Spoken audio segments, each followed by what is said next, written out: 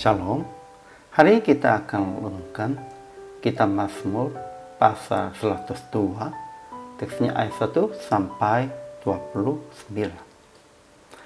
Paragraf yang pertama ayat 1 sampai 12. Tuhan, dengarkanlah doaku dan biarlah teriakku minta tolong sampai kepadamu. Segeralah menjawab aku. Sepanjang hari aku dicela oleh musuh-musuhku. Paragraf yang kedua ayat 13 sampai 29. Tuhan yang membangun Sion dan menampakkan diri dalam kemuliaannya, mendengarkan doa orang-orang yang tulus dan tidak memandang hina doa mereka. Kesimpulan hari ini, pemazmur berdoa dengan mencurahkan pengaduannya kepada Tuhan. Dia merindukan akan menghadap Tuhan seperti Ayub. Dia mengaku bahwa tulang-tulangnya membara seperti perapian, lupa makin roti karena hatinya terpukul dan layu seperti lumpur dan tidak bisa tidur seperti burung unta. Dia makan abu dan minum tangisan karena sepanjang hari dicela oleh musuh-musuhnya. Dia merasa bahwa seperti Tuhan melemparkan dia. Tetapi pemazmur menyanyikan sebab waktunya untuk mengasihaninya sudah tiba saatnya. Nama Tuhan diceritakan di Sion dan segala bangsa akan menyembah Tuhan di sana. Setelah itu, anak hamba-hambanya akan diam dengan tenteram di hadapannya. Ajaran tentang Allahnya. Pertama, Tuhan bersemayam untuk selama-lamanya dan namanya tetap turun-temurun. Ia sendiri akan bangun, akan menyayangi Sion. Ia tetap sama dan tahun-tahunnya tidak berkesudahan. Kedua, Tuhan sedang membangun Sion, sudah menampakkan diri dalam kemuliaannya, sudah berpaling mendengarkan doa orang-orang yang tulus dan tidak memandang hina doa mereka. Ketiga, ia telah memandang dari ketinggiannya yang kudus, surga, untuk mendengar keluhan orang tahanan, untuk membebaskan orang-orang yang ditentukan mati dibunuh.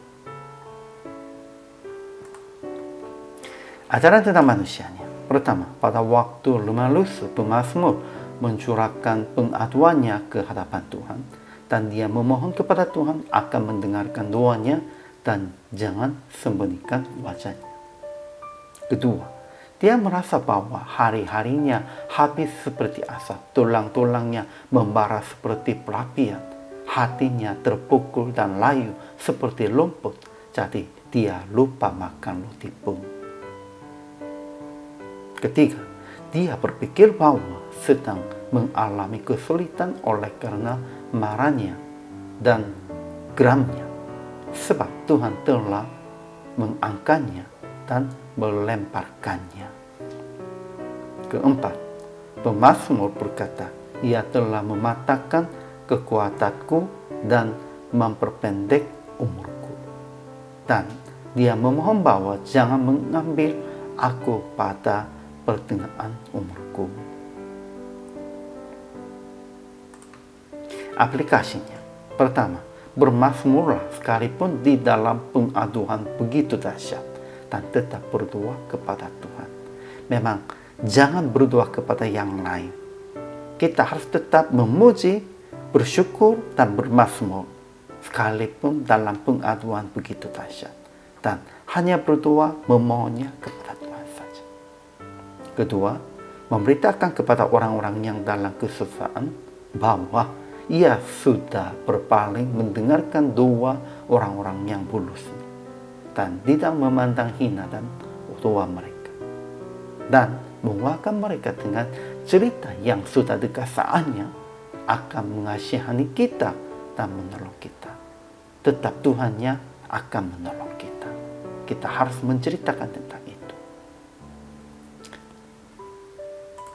Akhirnya praktik hari ini, menolong sesama yang dalam sengsara dengan kata-kata menyemangati dan dengan bantuan pribadi. supaya mereka tidak putus asa dan tetap berdoa kepada Tuhan. Untuk itu, kita harus menolong mereka. Kita harus menyemangati mereka dengan mengorbankan diri. Inilah juga kewajiban hamba Tuhan orang percaya. Hari ini juga selama melayani, Tuhan Yesus memberkati.